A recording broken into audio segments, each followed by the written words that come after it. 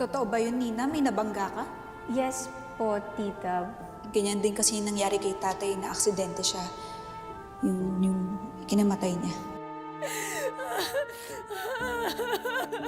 Yung taong nabundol mo, tatay siya ni Melody.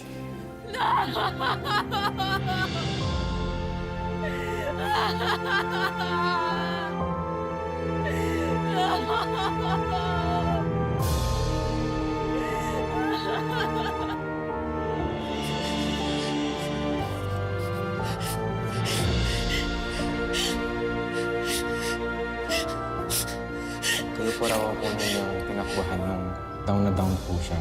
Kasi may nabangga siya. That was years ago.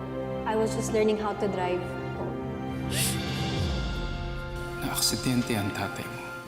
Pero hindi si Pedrito Conde ang nakabundol sa kanya. Sino? Si Nina. Si Nina ang nakabundol sa kanya, pero aksidente yun, Melody.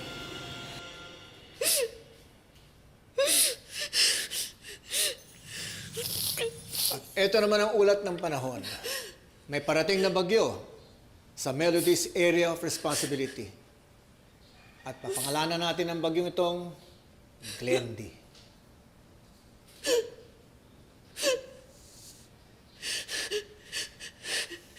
Tay, bakit ganun? Parang pinaglalaroan ako ng tadhana.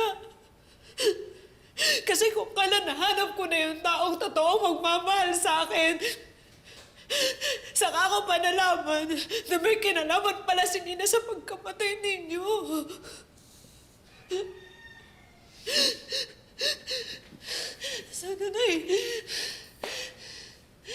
Sana, Tay, masamang panaginip na lang to. Sana magising na ako.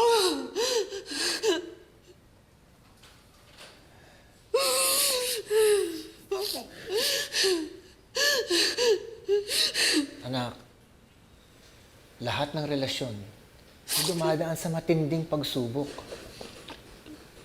Nasa sa inyo na ni Glenn yun kung paano nyo haharapin tong bagyong ito.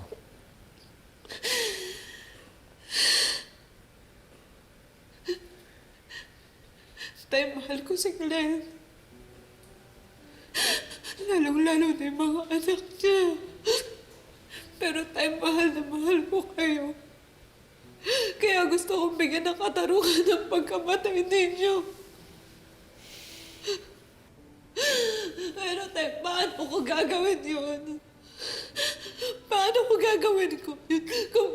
Kung anak mismo ni Glenn ang nakabangga sa inyo.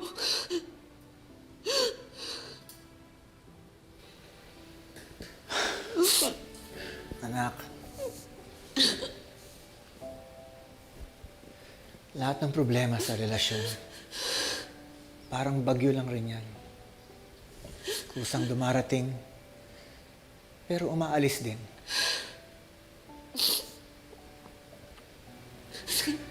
Maraming salamat sa pagmamahal mo. Pero, lagi mong tatandaan, mas masaya ako kung masaya ka.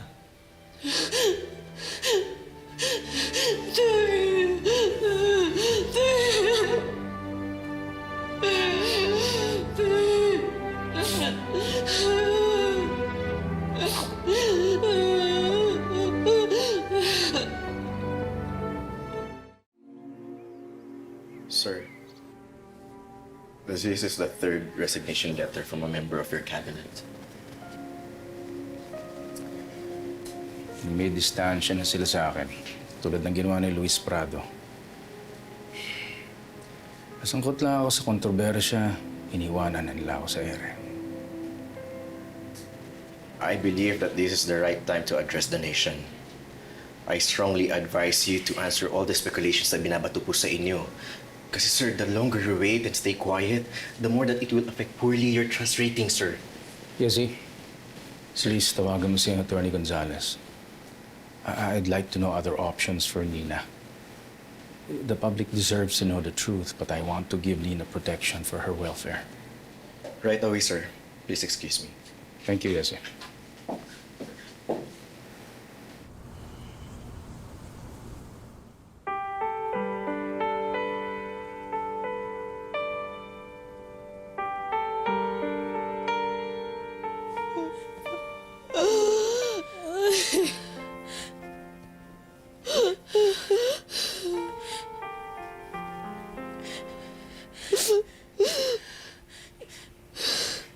Tita Melody, can we talk?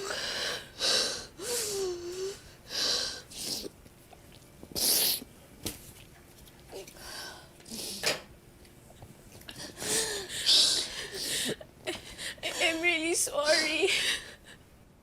I'm really sorry, Tita. I didn't know. I really didn't know. Akala ko buhay pa yung nabangga ko, pero yun pala hindi. And I didn't know that... I'm sorry, please. Please, Nina, iwan mo ko. Ayoko muna makausap ka. Oh, Tita, please. I'm really sorry. I'm so sorry. Please forgive me. I'm really sorry. Sana ako na lang namatay, please.